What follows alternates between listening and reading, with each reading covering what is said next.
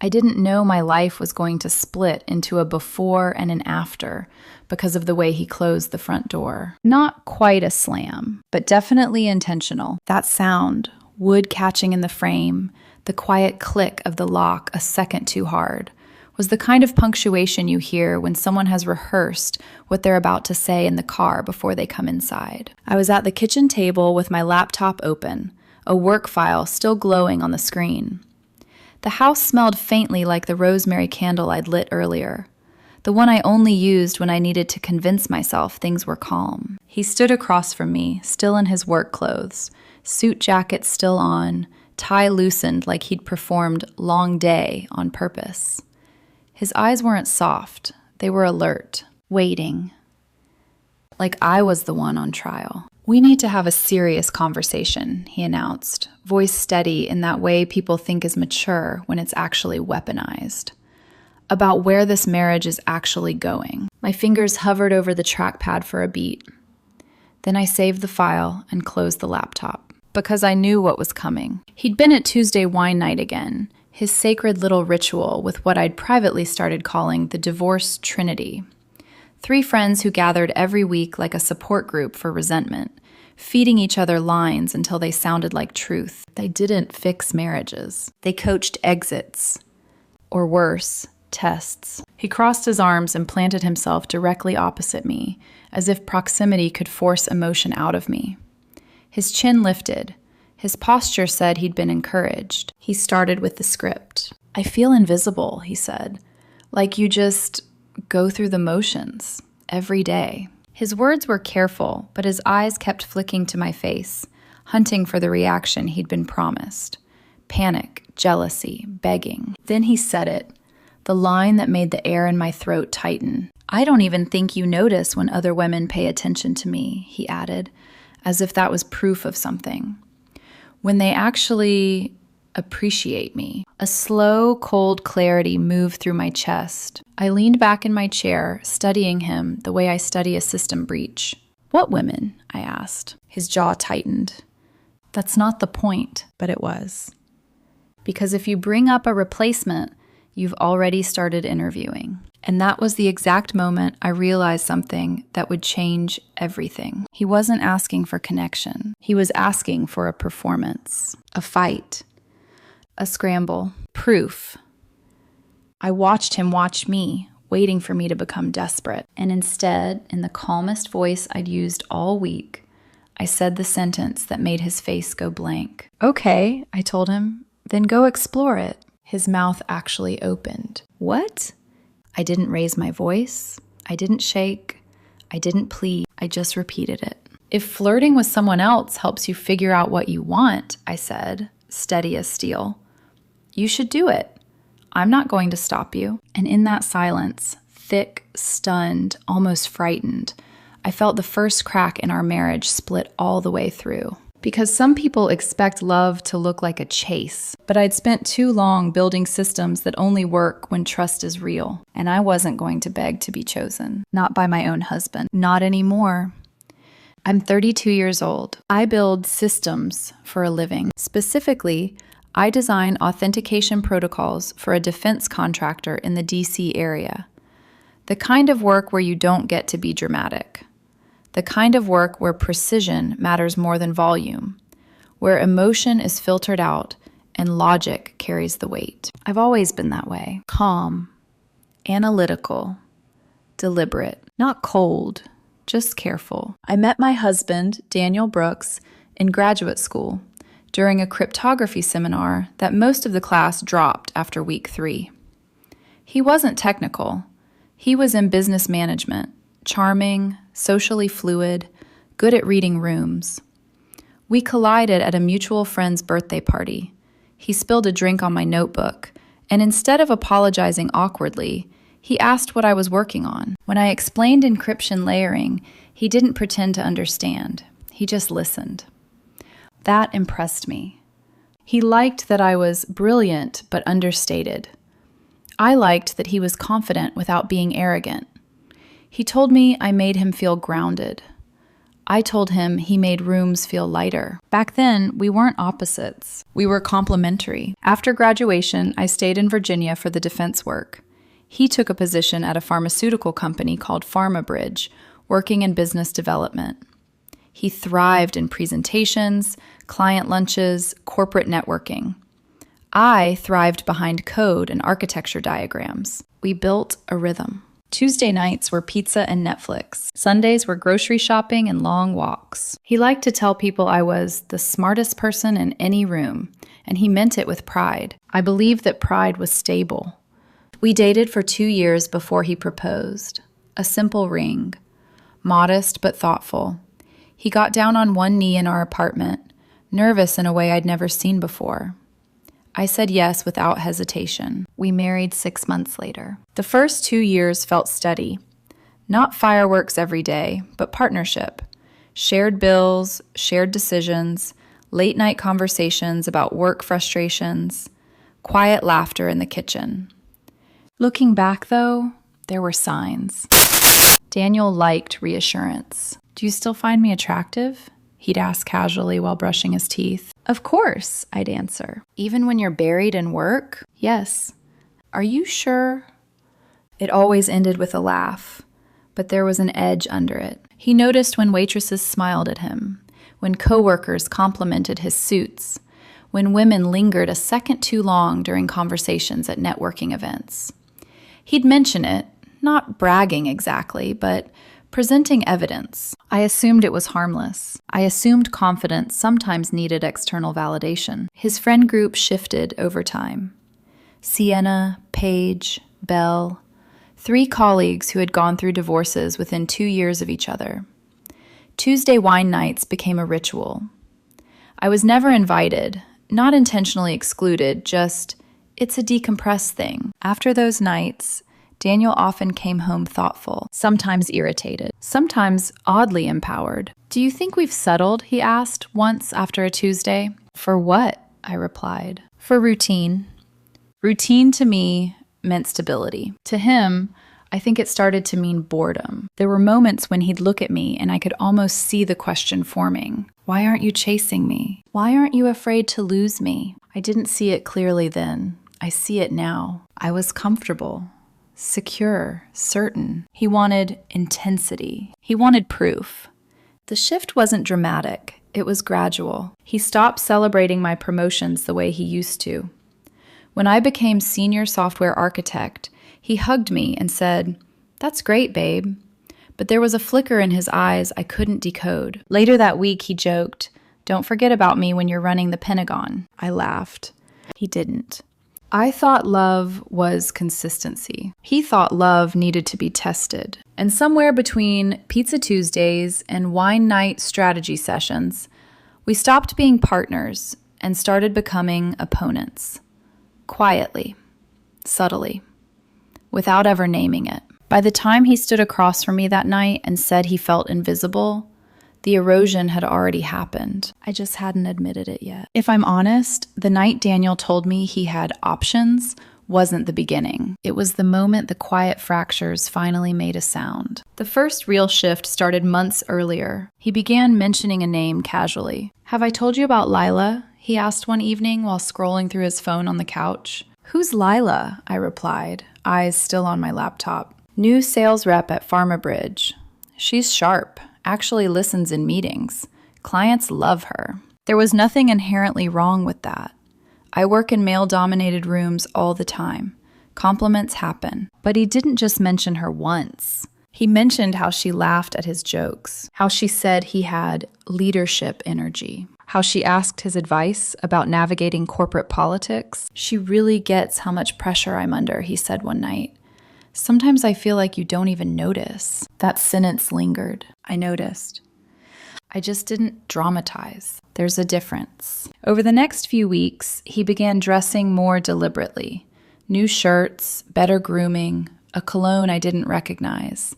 "Big client meetings?" I asked. "Something like that," he said with a half smile. Then came the comparisons. "Lila said my presentation today was the best she's seen in the region." "That's good," I replied honestly. He looked at me like I'd missed a cue. "That's it?"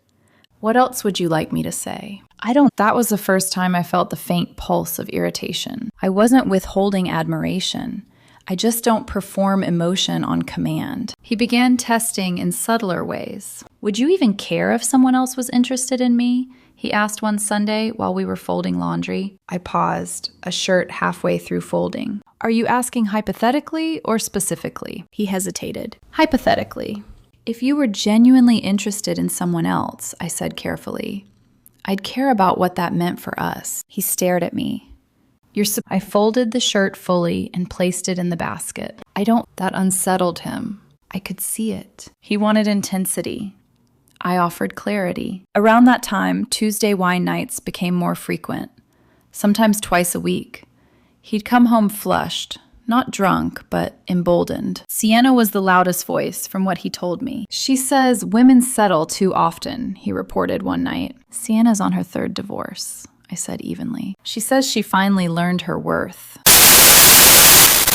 He didn't laugh. Paige apparently reinforced everything. Belle added theories. Together, they created what felt like a feedback loop of grievance. I wasn't there, but I could imagine it. The narrative building. She works too much.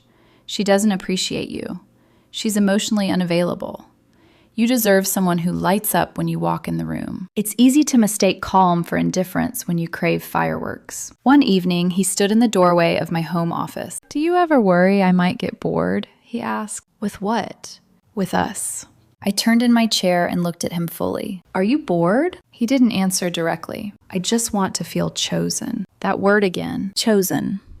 As if marriage wasn't already a choice. As if vows required daily reenactments. I started noticing his phone face down more often.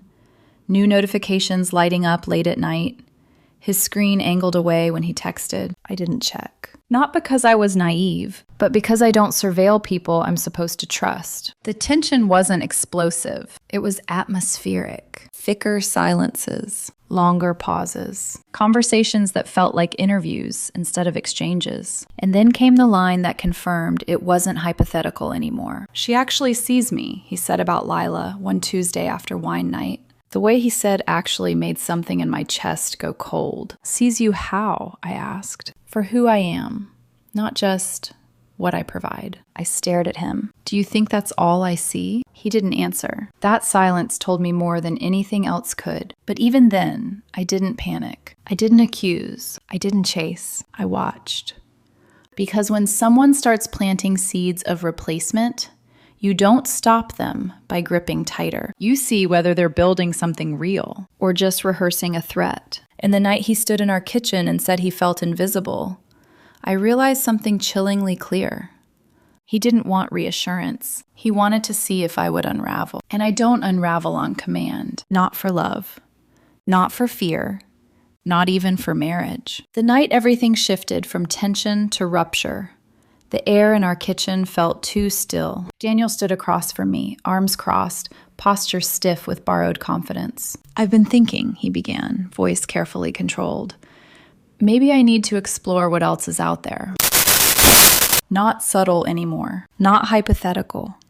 I didn't interrupt him. I let the silence stretch just long enough for him to feel it. Explore what exactly? I asked. He exhaled sharply, as if I were being deliberately obtuse. Other connections, other possibilities. My pulse slowed instead of quickened. That's always been my reflex under pressure. When systems crash, you don't scream at the server. You diagnose the breach. Is this about Lila? I asked. His jaw tightened. A flicker of surprise crossed his face. That's not the point. It seems like the point. He hesitated, just a fraction of a second. Then committed. She actually listens to me, he said. She notices things. She told me I light up a room. She makes me feel wanted. The word wanted hung there between us, as if I had starved him. I felt something shift inside my chest, not jealousy, clarity.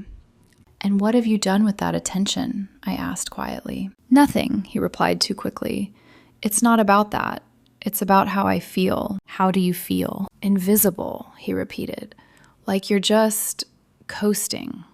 Coasting. I stood up slowly from my chair. The hardwood floor felt cool under my bare feet.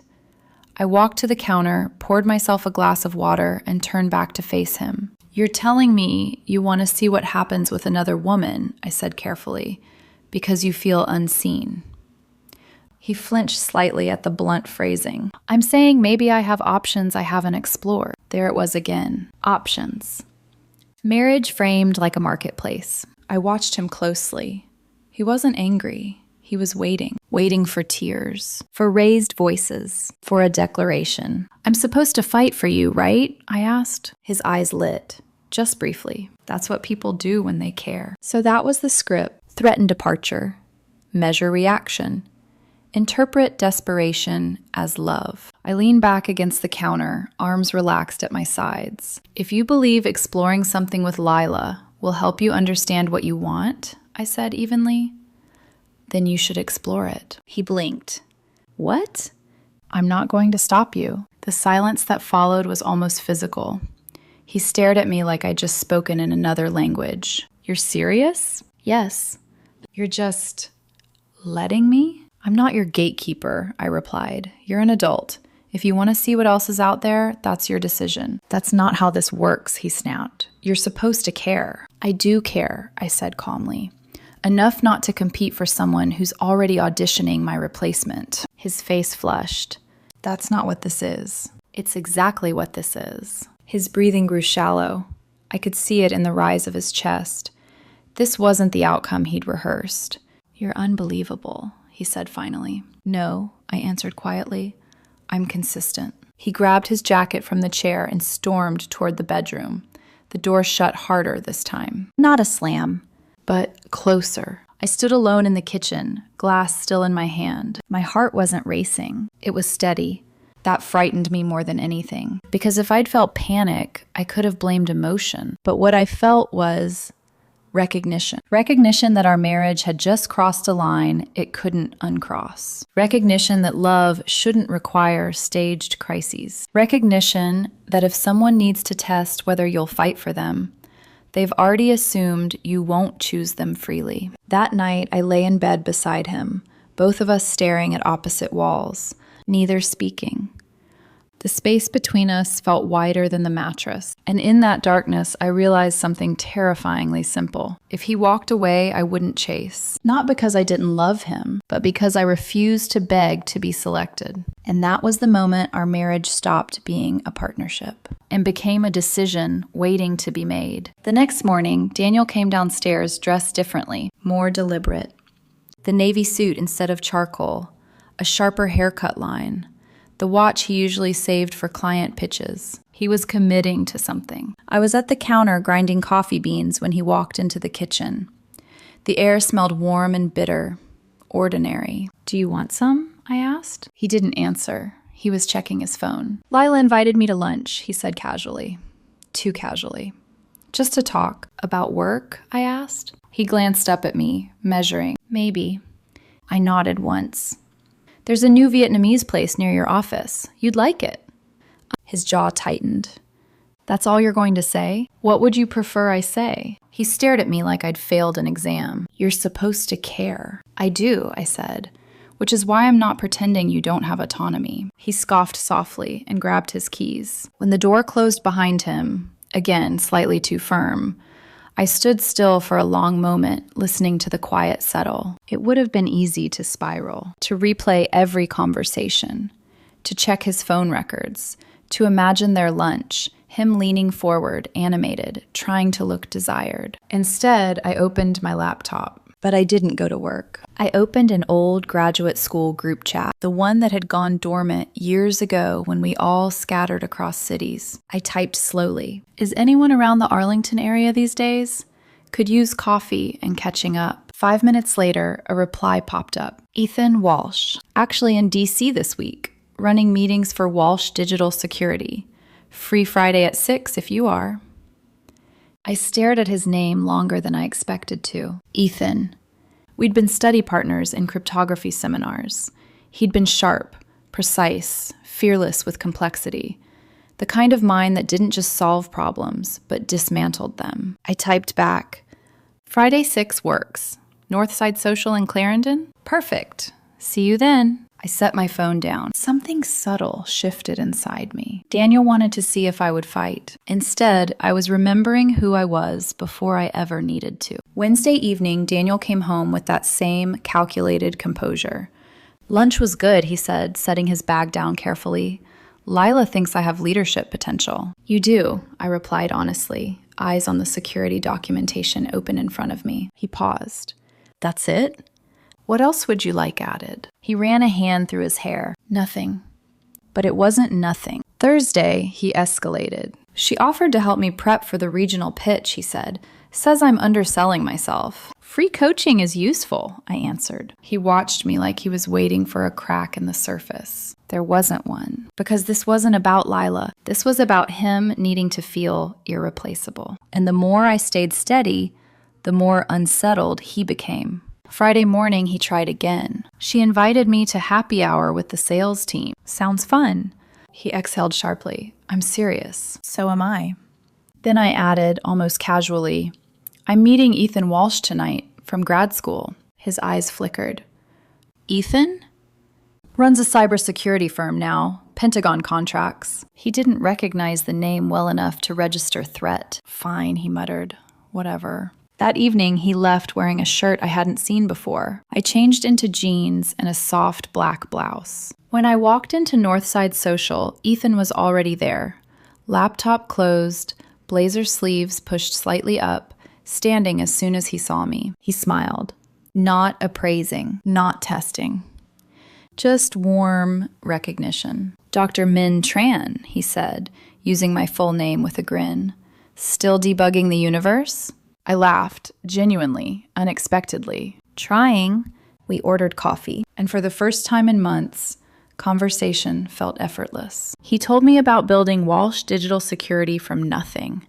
3 years of risk, government contracts, a Forbes feature on rising cybersecurity entrepreneurs. He showed me the article on his phone. There he was in the photo, confident, composed, entirely self-made. You built this? I asked. Brick by brick, he said. When he asked about my work, I downplayed it instinctively. Just steady architecture stuff. He leaned back, studying me. You were the best debugger in our cohort, he said. You still undersell yourself. That sentence landed somewhere deep. We talked for 2 hours. Career, life, his broken engagement 6 months earlier. She wanted me to scale back, he said simply. Said I cared more about my company than us. And did you? I cared about not shrinking. The honesty in that answer felt like oxygen. As we walked out into the cool Arlington night, he said, This was good. We should do it again. Same time next week? I asked. He smiled. I'll be here.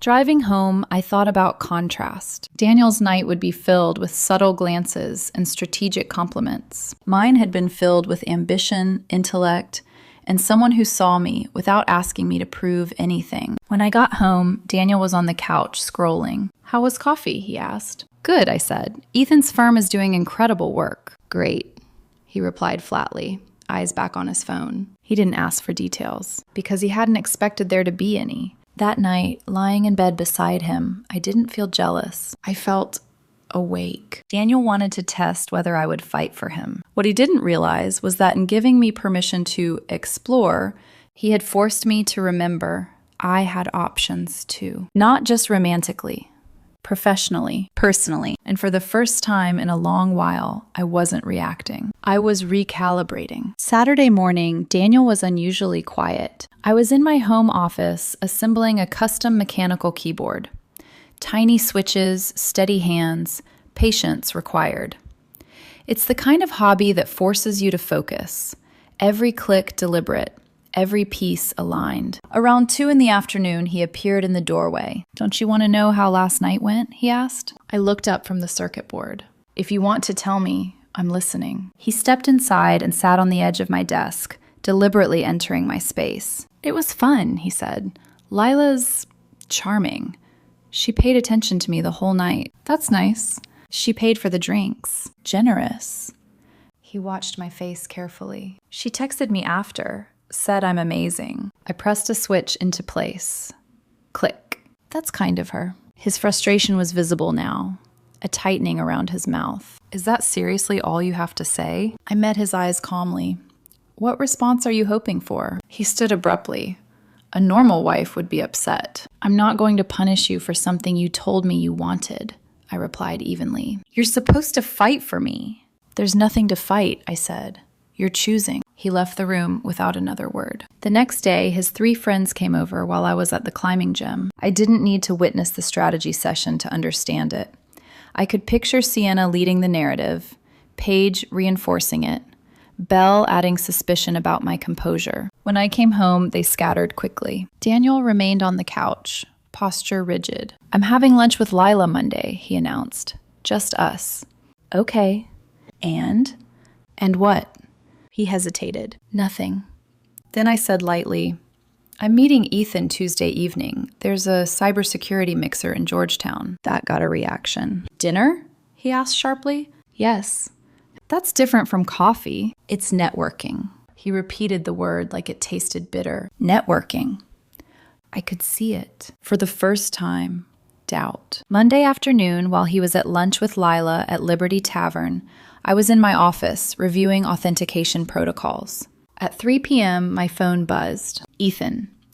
Reminder for tomorrow, 7:30 p.m., Observatory Rooftop in Georgetown. I replied, looking forward to it. Tuesday evening, I wore my best suit, the one I save for presentations to senior defense officials. Daniel noticed immediately. That's a lot of effort for networking, he said. First impressions matter, I replied. The observatory rooftop was elegant. Glass walls, city lights stretching across Georgetown. Ethan was already there, speaking with a group of professionals in tailored suits. He introduced me to Colonel Patricia Henderson from the Pentagon Procurement Division. Christina, Ethan corrected himself with a laugh. Men designed Titan Defense's authentication protocol. I started to deflect. I was part of the team. No, he said firmly. She led it. The colonel handed me her card. We're looking for someone exactly like you, she said. Contractor evaluation role. Starting salary, $140,000. Full benefits. Direct reporting line. My fingers tightened slightly around the card. $140,000. A recognition of value I hadn't demanded. The rest of the evening flowed. Introductions, conversations, real professional interest. Later, when Ethan and I finally sat down for dinner, he leaned forward. You still undersell yourself, he said. Why? I hesitated. Maybe I've gotten used to being enough. For who? He asked gently. I held his gaze. For someone who doesn't celebrate excellence. He didn't need clarification. Is it working? He asked quietly. The testing? No, I said. It isn't. He nodded once. People who test you never stop. That sentence stayed with me. When I got home that night, Daniel was waiting. How was networking? He asked tightly. Productive, I replied. I was offered a Pentagon contractor role. Significant raise. His eyes widened. When did that happen? Tonight, Ethan introduced me. He went silent. Wednesday evening, he tried again. Lila says she's interested in seeing where this could go, he said. How would you feel if I went further? I looked at him steadily. I'd feel like you made a decision. That's it? He demanded. No fight? I don't take tests, I said calmly. I make decisions. His voice lowered. Are you choosing him? I'm choosing not to be manipulated. The word hung heavy in the air. Thursday, everything shifted. Daniel had an HR conference in Georgetown. Around noon, he texted that he was taking a lunch break. I was at the observatory again, this time reviewing details of the Pentagon offer with Ethan. Through the glass walls, Daniel walked past on the street below. I didn't see him. But he saw me, saw Ethan laugh, saw him touch my shoulder lightly while making a point, saw me leaning forward, animated, engaged in a way I hadn't been at home in months. That evening, Daniel was different, quieter, cautious. I saw you today, he said. At the observatory, I replied. You looked happy. We were discussing my future. He swallowed. She seems helpful. She is. Is that all she is? I held his gaze. He had no answer. Friday morning, he spent an hour getting ready. "I'm meeting Lila again," he said. "She thinks I should apply for a corporate trainer role." "This is the first I'm hearing about that." "She sees my potential." I nodded once. "I'm meeting Ethan for lunch again." His jaw tightened. "That's twice this week." "He's helping me evaluate the Pentagon role." "What role?" "The $140,000 contractor evaluation position, reporting directly to procurement." He went pale. That number hit harder than any argument. That evening, he called an emergency meeting with his friends. Later, I learned what happened. He showed them Ethan's Forbes feature, the Walsh digital security website, LinkedIn with thousands of connections, the book Ethan published on cyber defense. Sienna tried to downplay it. Paige questioned why someone that successful would want me. Daniel defended me. "She's brilliant," he said. "You've all forgotten that." Then Belle said, "Make her choose." Daniel asked the question that terrified him. What if she chooses him? No one answered. Meanwhile, I was having dinner with Ethan in Clarendon. He asked directly, "Is your husband okay with us meeting this much?" "He's exploring his options," I replied evenly. "So am I." Ethan raised an eyebrow. "That's unusually mature." Or unusually over. He studied me.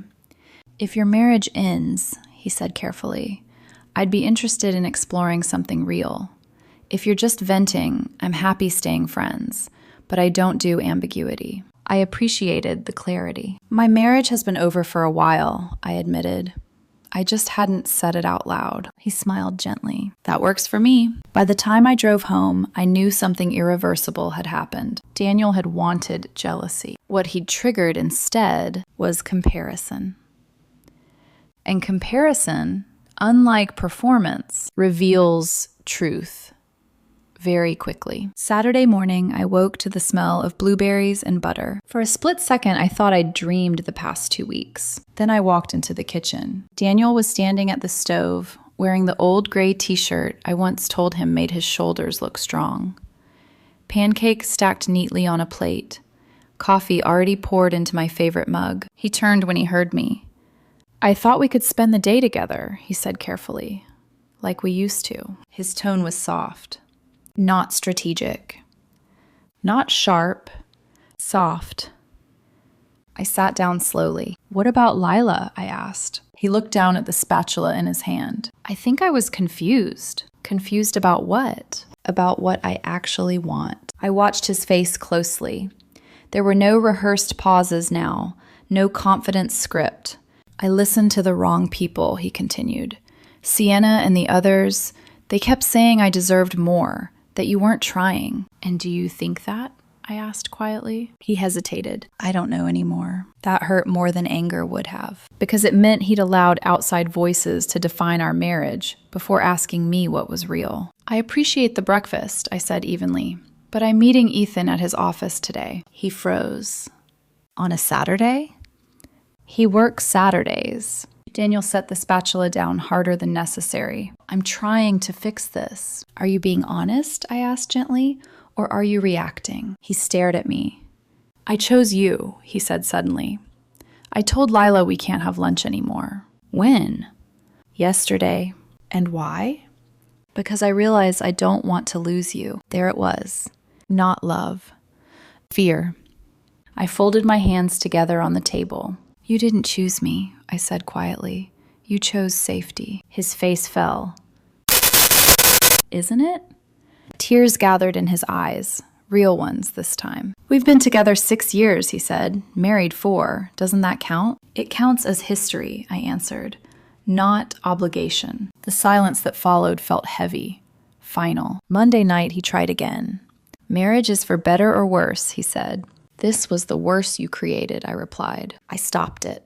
"Because it wasn't going the way you planned." He looked genuinely wounded. "You're serious about Ethan?" "Yes." The word landed between us like something breaking. "That's different," he said. "I wasn't serious about Lila." "That's exactly the problem," I said calmly. "Your exploration was theater. Mine is clarity." Tuesday, I came home to candles. Lasagna. Printed photos spread across the dining table. Our first trip together, our wedding day, the apartment before we furnished it. He stood there, waiting. Look at us, he said. We were happy. We were, I agreed softly. Past tense. He swallowed hard. Is this my fault? The test was yours, I said. The realization was mine. Wednesday evening, he delivered his final move. You need to choose, he said firmly. Me or Ethan? I closed my laptop slowly. That's an ultimatum. It's reality, he shot back. I'm your husband, and I'm not your opponent. Are you having an affair? He demanded.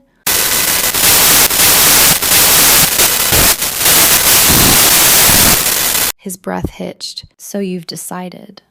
You decided, I said quietly. When you started testing whether I'd fight, he shook his head. I stopped because you were losing. That landed hard. His shoulders sagged.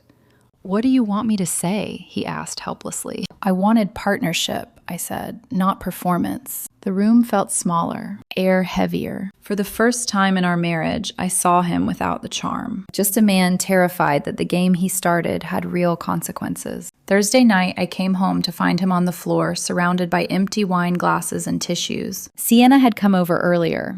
From what I pieced together later, he told her advice ruined his marriage. She snapped back that he just didn't execute it properly. He finally said something that cracked the illusion completely. I made her look at someone else who's actually impressive. When he told me that part later, his voice broke, because that was the truth he couldn't outrun. It wasn't about jealousy anymore. It was about contrast. And contrast doesn't disappear when you demand it to. That night, after he cried and apologized and asked again if there was anything he could say to change my mind, I lay awake staring at the ceiling. And for the first time since all of this began, I felt grief. Not for the marriage as it was, but for the version we could have had if he had trusted instead of tested. The darkest realization wasn't that he flirted. It was that he never believed I would choose him freely. And once you see that, you can't unsee it. Friday afternoon, we met at Northside Social, the same coffee shop where this shift had quietly begun.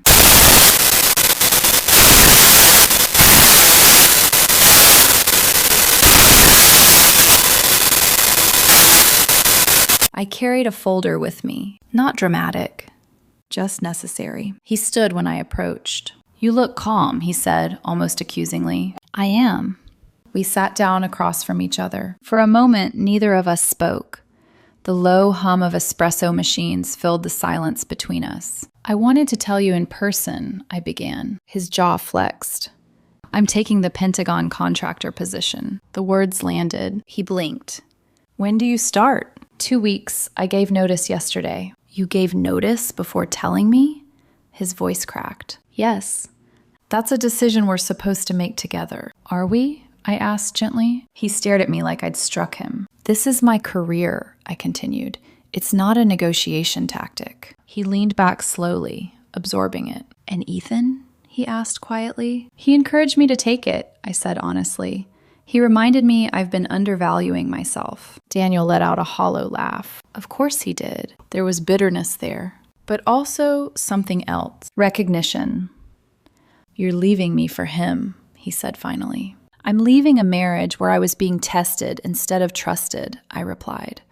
What happens with Ethan is separate from that truth. He rubbed his face with both hands. I didn't think you'd actually walk away. I know. Silence. I thought you'd fight, he whispered. I did, I said quietly. He looked up sharply. For what? For myself. That was the turning point, not the job offer.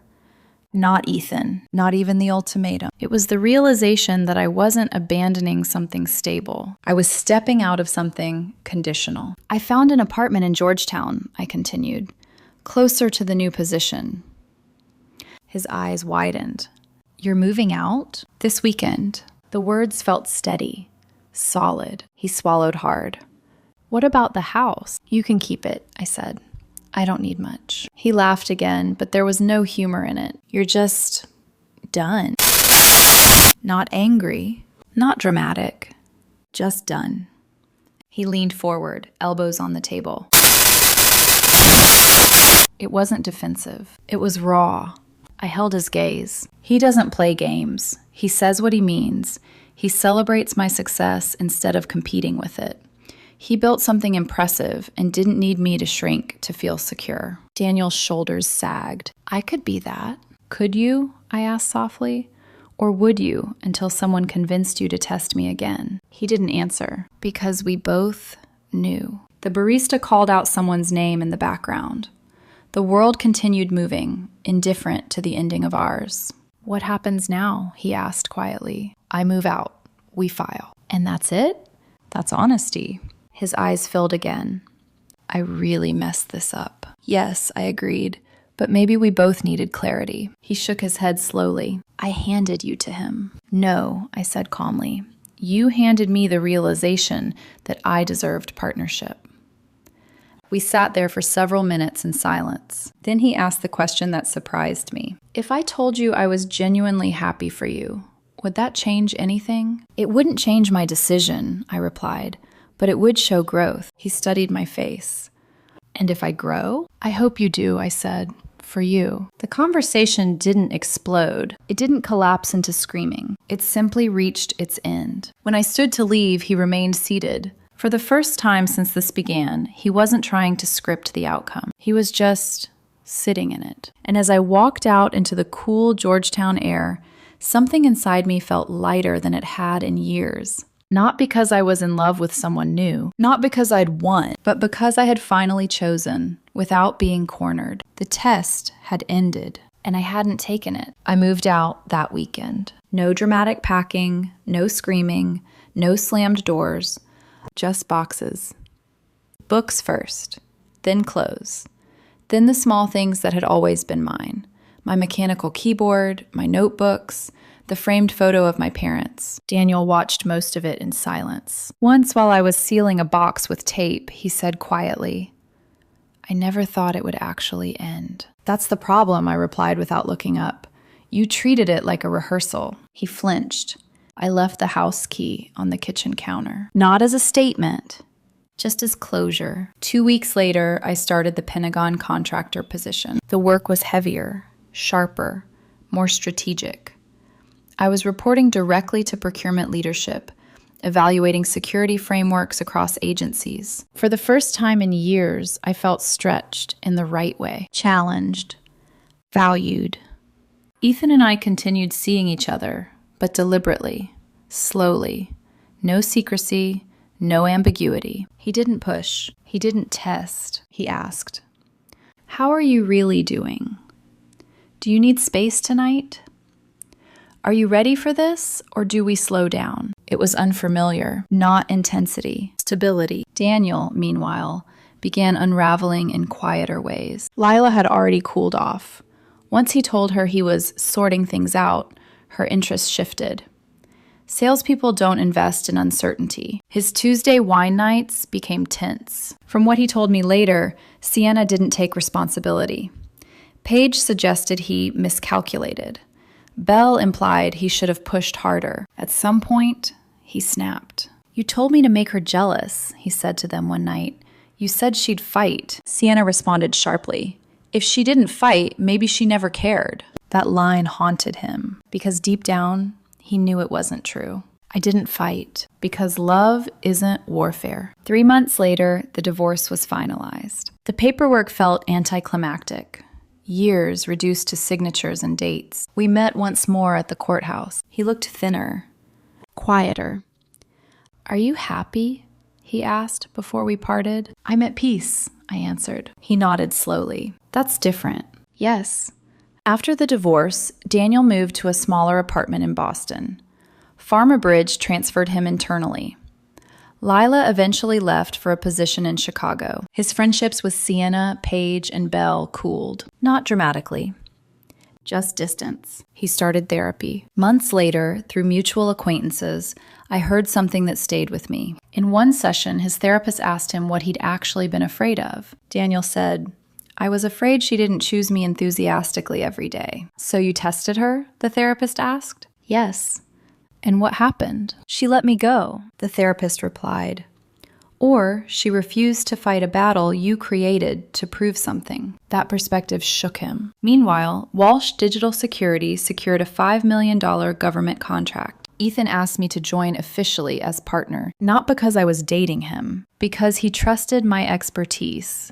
At the signing ceremony, cameras flashed. In one photo, we stood side by side, professional, aligned, equal. I didn't look smaller. I looked certain. Later that week, Daniel saw it on LinkedIn. He told me months afterward that he stared at the image for a long time.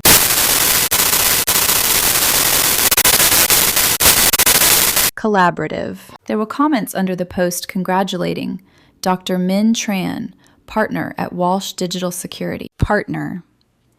Not assistant. Not extension. Not competitor. Partner. He almost sent a message, typed, "Congratulations," deleted it. Because what could he say? That he hadn't expected the test to reveal something better? That he'd underestimated what happens when you invite comparison? He didn't lose me to Ethan. He lost me the moment he treated love like a negotiation tactic. And when reality replaced performance, there was nothing left to argue with. 3 months after the divorce was finalized, I was standing in my Georgetown apartment, surrounded by half-unpacked boxes and floor-to-ceiling windows that looked out over the river. Ethan was at the dining table reviewing slides for a Pentagon presentation. I was on the couch, laptop open, editing an authentication framework. No tension. No performance. Just quiet collaboration. At some point, food arrived. Pizza. I almost laughed when I opened the box. "Same kind you used to order?" Ethan asked, noticing my expression. "Yeah," I said softly. "Old Tuesday habit." He didn't flinch, didn't stiffen, didn't ask if I missed my ex-husband. "Do you want to talk about it?" he asked simply. "That 4 years doesn't evaporate overnight?" I replied. He nodded. "That's fair." No jealousy. No insecurity. Later that night, my phone buzzed. A notification from my lawyer. Divorce. Officially recorded. It was done. Ethan glanced at my face. "You okay?" I inhaled slowly. "Yeah," I said, relieved. He reached across the table and squeezed my hand. Not claiming, not possessive, just present. And in that moment, I understood something that had taken years to surface. Daniel didn't lose me because of another man. He lost me because he believed love required proof under pressure. He believed intensity was evidence. He believed fear of loss equaled devotion. I believed partnership meant stability. He tested. I declined. And declining the test didn't mean I didn't care. It meant I refused to participate in a version of love that required me to shrink, scramble, or beg. Real partnership feels different. It feels like someone asking instead of threatening. It feels like someone celebrating your growth instead of fearing it. It feels like collaboration instead of competition. A few months later, Ethan proposed. No spectacle. No manipulation. Just the two of us walking along the Georgetown waterfront at sunset. He didn't kneel immediately. He asked first. "Are you choosing this?" he said softly. "Yes," I answered. "Without conditions?" "Yes." Then he knelt. The ring was elegant, understated, thoughtful, exactly like him, exactly like us. Sometimes people ask me if I regret not fighting harder for my first marriage. I don't. Because fighting implies opposition, and I didn't want an opponent. I wanted a partner. Daniel once told me he just wanted to feel chosen enthusiastically every day. But enthusiasm cannot be extracted through fear. It grows in safety. It thrives in trust. And if someone needs to test whether you love them, they may not trust love at all. I didn't fight for him. I fought for myself. And in doing so, I found something far more stable than a reaction. I found a choice that didn't require performance. Some tests you pass by refusing to take them. Some marriages end not because someone leaves, but because someone finally stops auditioning. And sometimes, walking away from manipulation isn't loss, it's alignment.